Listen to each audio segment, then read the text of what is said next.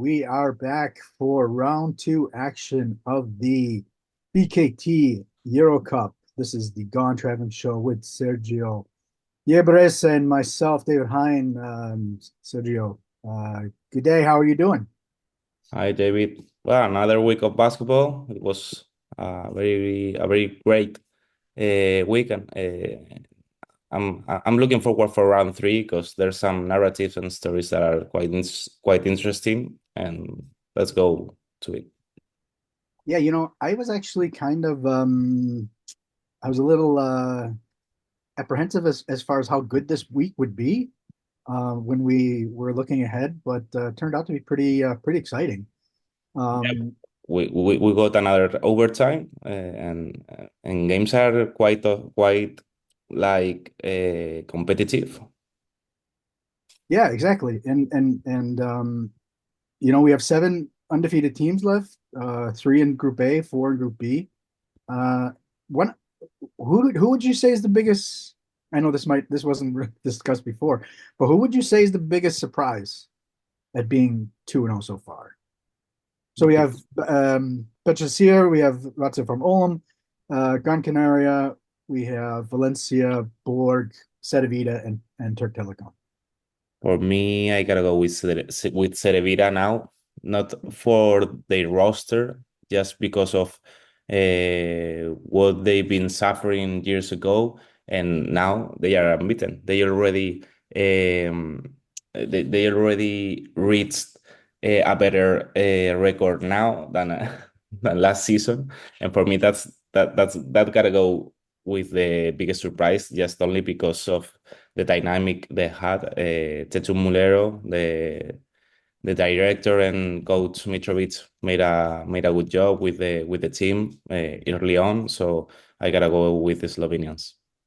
4-32 over the last 2 years. One Uh, win and three wins. yeah, yeah. I knew you'd go with that, so I'm actually going to kind of say Ulm. I didn't think Ulm would click this quick. You knew they had some good talent. It's a new coach, two young players who really are playing key roles with Pansarov and Noah Singh. But I just didn't see them clicking this quickly. They had the overtime against Sopot, and then did a really good job against Juventud. But that's probably my surprise. Let's delve into the game that caught our eye. I'll let you start. For me, I gotta go with Gran Canaria's win. Obviously, if there's an overtime, we gotta talk about it. Buducnost was like hosting Gran Canaria on Wednesday, and Gran Canaria seemed poised to secure an easy win on the road against Buducnost, leading 63-75, I think, and with just 5 minutes left in regulation. However, a late comeback for the locals forced the game into overtime. Jogi Ferrell was clutch with three free throws. He didn't miss How do it. you foul him? How do Yeah, you foul him? You're up by three. Albisi was wrong there, and it wasn't just like And after. it wasn't a wide open shot or anything, No, Farrell went and got it and threw up this crazy three. And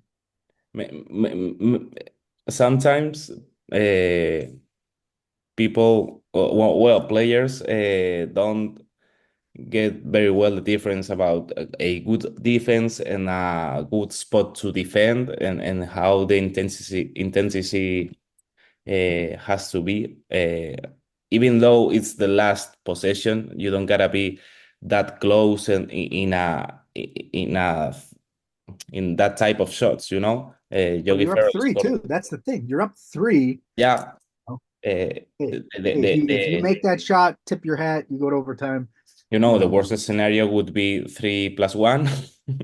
yeah. It Imagine if it was had gone in and they'd and, won the and game like that. and the second biggest scenario for Buducnost would be like if Yogi Ferrell scored the three and that's it. The third one, the three free throws. Yogi Ferrell had a lot of options. He didn't make the right decision, and it was just like right after Pierre Pelos's triple to almost win the game, and they were up by three 12 seconds ago. So it was a pity for them. But in the overtime, the EuroCup champions in 2023 cleans a victory, 86-89.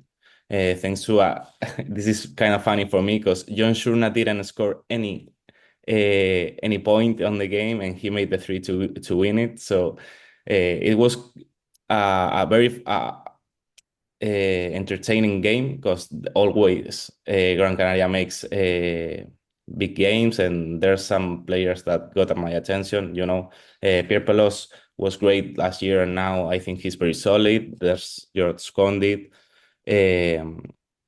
Puerto Rican that is going to be a very good name also in the competition and the ACB League. He's a debutant. And of course, Caleb Homley with 23 points, and he scored like I don't know if I'm going to be wrong, like 20 out of 62 points of his team in the third quarter from the start to the third quarter. So he was key and also made a three in the overtime to win. And he was fouled on that Yeah. inbound after Pharrell's three free throws. They didn't call it. I mean, I'd say, quote, lucky for them, that they ended up winning only because Gran Canaria had a real case that he was fouled on that inbounds pass. And I was doing another game and can't remember. I think it was Blazic who was catching up on the Jakub Blazic, that he was catching up to one of the top next spots in the all-time ranking for three-pointers. And actually, sure enough, is way up there as well. That was his 180 first three-pointer. Ugly. If you're a youngster and you want to learn how to shoot a basketball, John Cherna might not be the exact guy to look up to. But hey, man, 181 career, 44% three-point career, 44% three-point shooter. That's a role guy there. Maybe you should look up, see how he shoots the ball. Yeah, I knew you'd go with that, so actually I'm going to go with Cedevita. So that was a game at home against Ryer, and Jakub Blazic mentioned it before. Just a huge game. 17 points, 15 of those in the second half, and really massive points. The team was down by, I think they were down by 8. Early in the second half, and he, two back-to-back threes, and then had a big 4-point play, and then also a big 3-point play, and then also was played a big role in the game-deciding dunk by whoever it was, doesn't matter, to really put the game away. And I guess 34 years old and just does what leaders do, and that's a we just talked about them, and that's a team that you said you're not surprised because of the talent, just the history, but that's a pretty good team. Yeah. And obviously a heck of a coach. He won this league a couple of years ago with Monaco, and then DJ Stewart, Alexic, Lamar's been playing really well. Devon Robinson. It's a really good team. Yeah, Cedevita well full experience in the staff. The GM Chechu Mulero won the EuroCup like 3 times. One as a assistant, 2 as an GM. If I'm not wrong, maybe it's 1+1. Mitrovic, what you said, with Monaco, and the team is almost different. So the thing is that the history is there, but this is a very, very brand new team, and Devin Robinson is a great addition for me.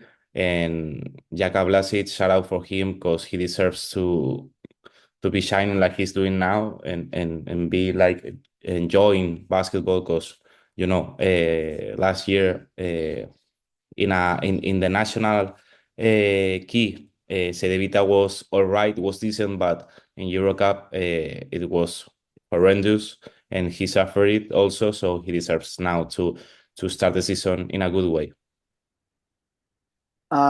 Okay, we also talk about one player that kind of caught our eye, and I'll let you start as well. I don't want to. I don't want to take. I hope you didn't take Blazic. So No, I gotta go with Jordan Ford, because in the second episode from round two, we didn't really mention him, and I think he now deserves it.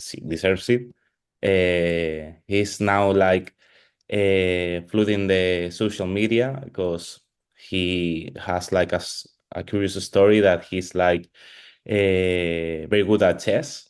You know. two-time California State chess champion, and was ranked top 10 nationally in his age group. Yeah, I made an article just right before his 20, his 32-point performance, I think it was, about his talent in chess.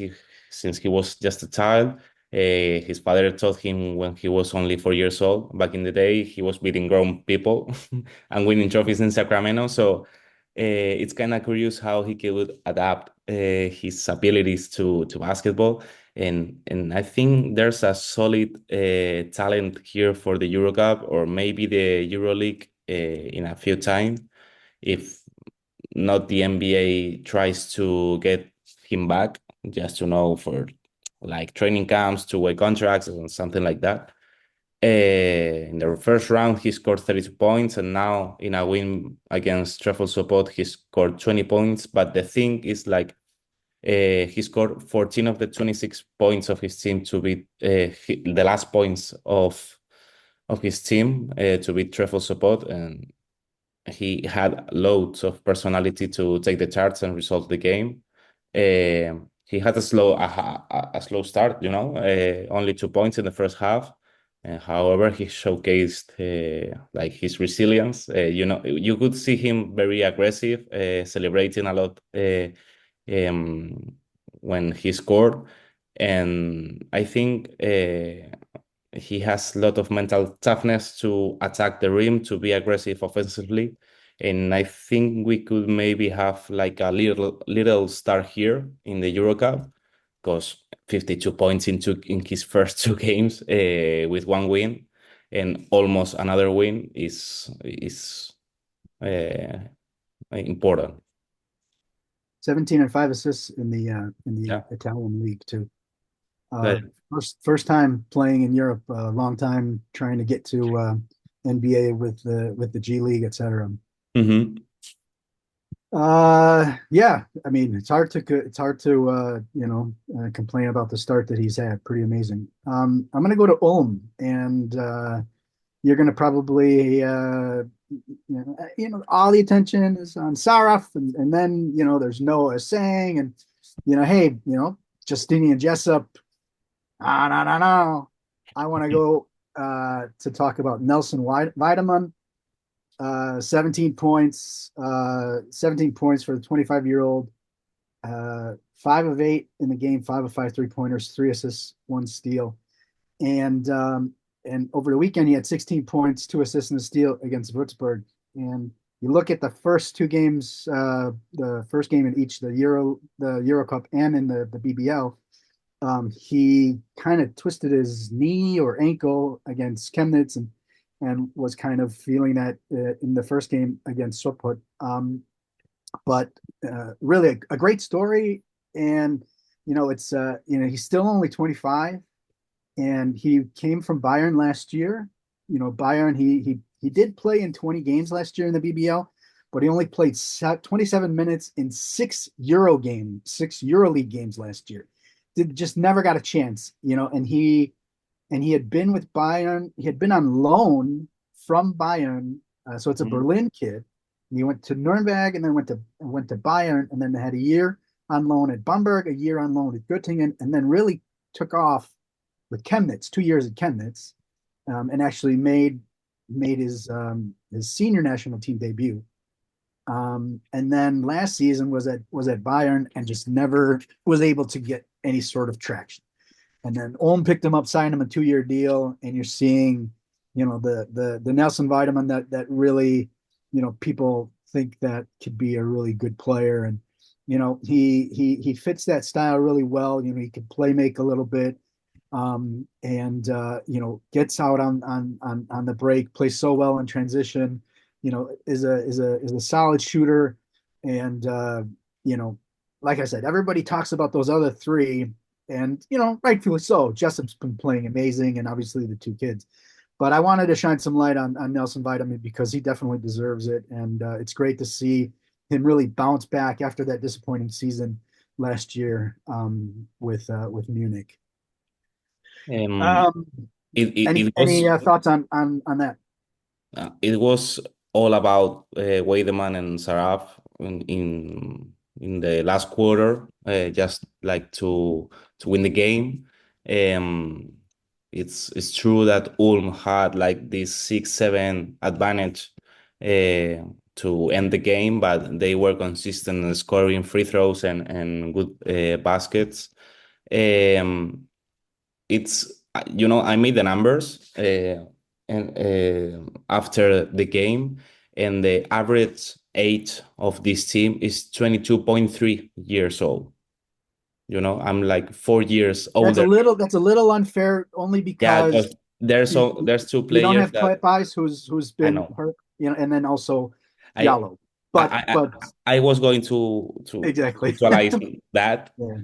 but Still, they are very, yeah, they very still good. they are because you're playing a 10 men rotation. They are there, and there's not another two players to use. uh, I think when we think that no, this player didn't play well, there wasn't other player to replace him. You stay with that, and if you don't play him,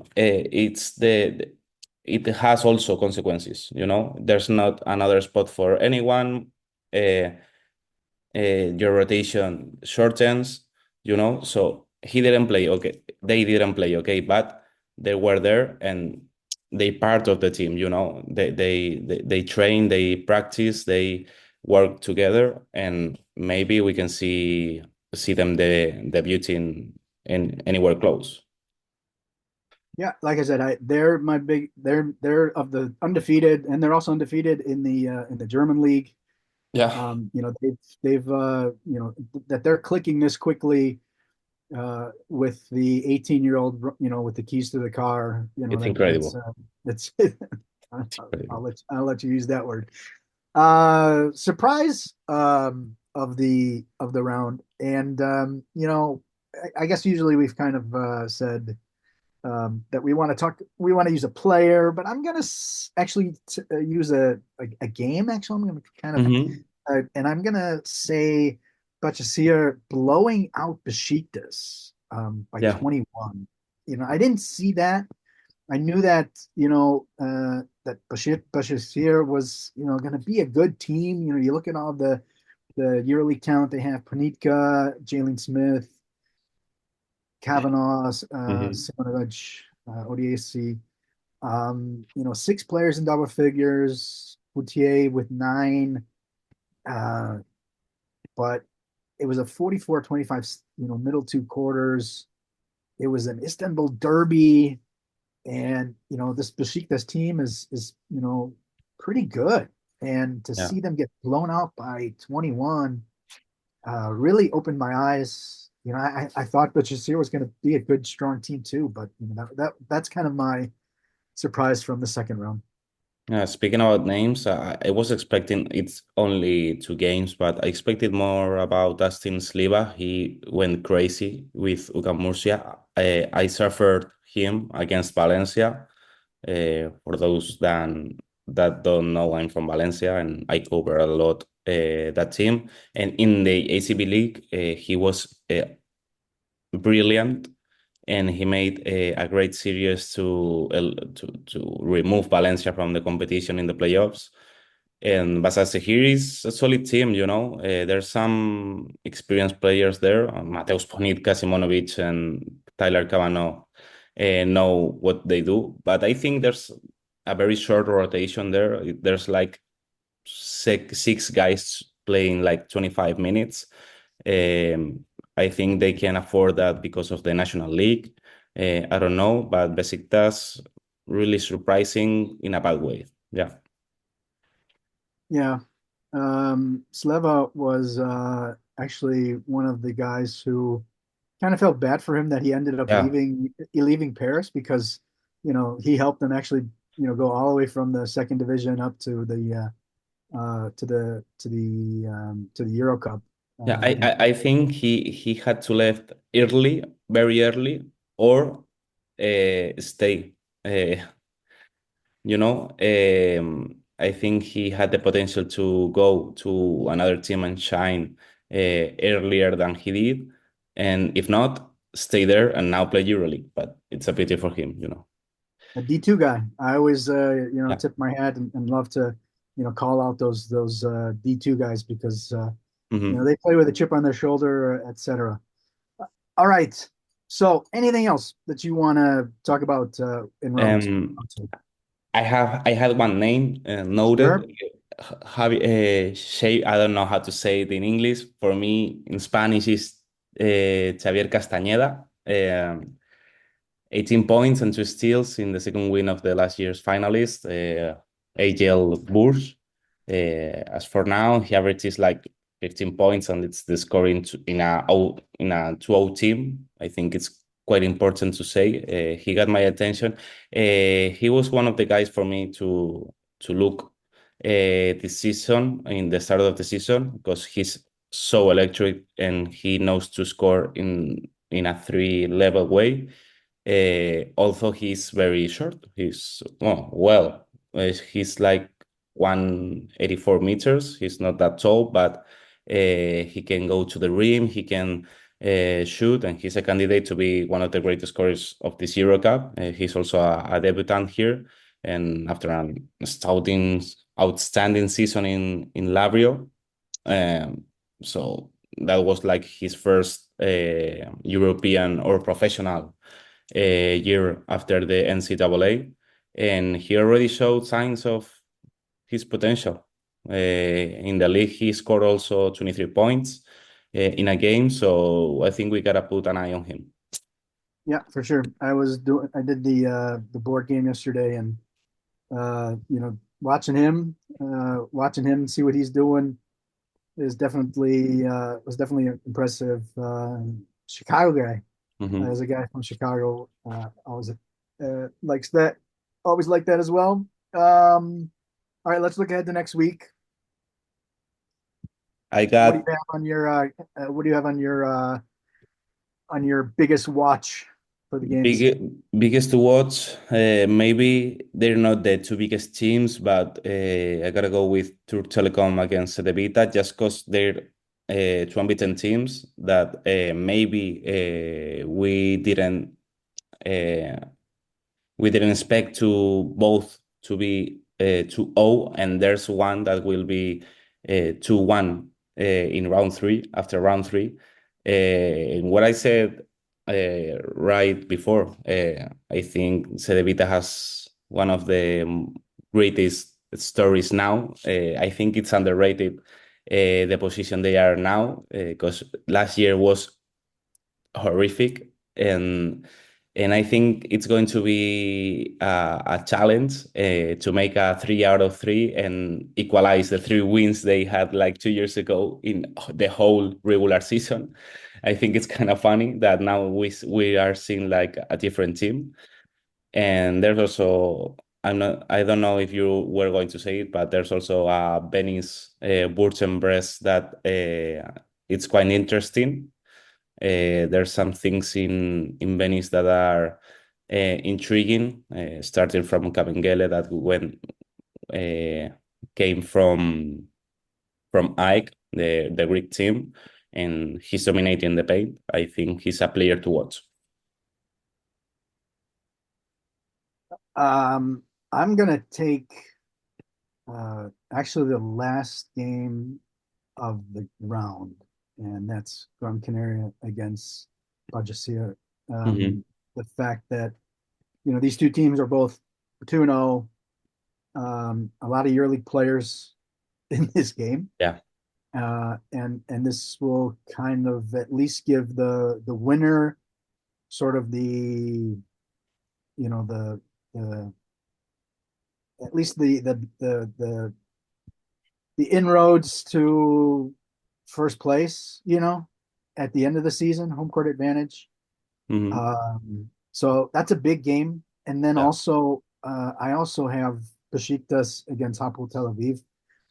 Game is actually going to be at the Alexander Nikolic Mm. Hall in Belgrade.